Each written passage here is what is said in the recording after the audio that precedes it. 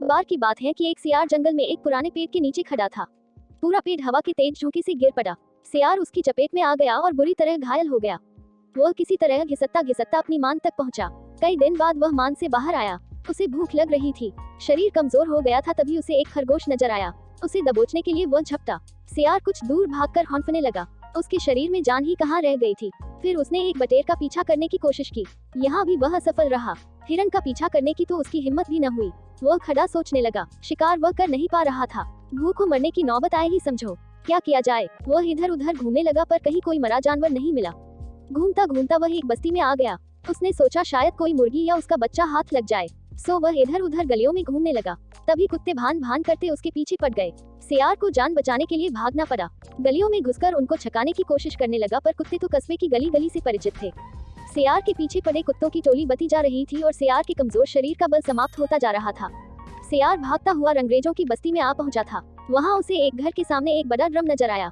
वह जान बचाने के लिए उसी ड्रम में कूद पड़ा। ड्रम में रंगरेज ने कपड़े रंगने के लिए रंग घोल रखा था। कुत्तों का टोला भौंकता चला गया। सियार सांस रोककर रंग में डूबा रहा।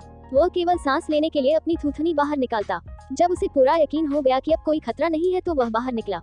वह रंग में भीग चुका था। जंगल में पहुंचकर उसने देखा कि उसके शरीर का सारा रंग हरा हो गया है।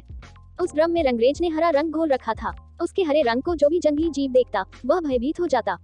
उनको खौफ से कांपते देखकर रंगे सियार के दुष्ट दिमाग में एक योजना आई। रंगे सियार ने डरकर भागते जीवों को आवाज दी, भाइयों भागो मत, मेरी बात सुनो।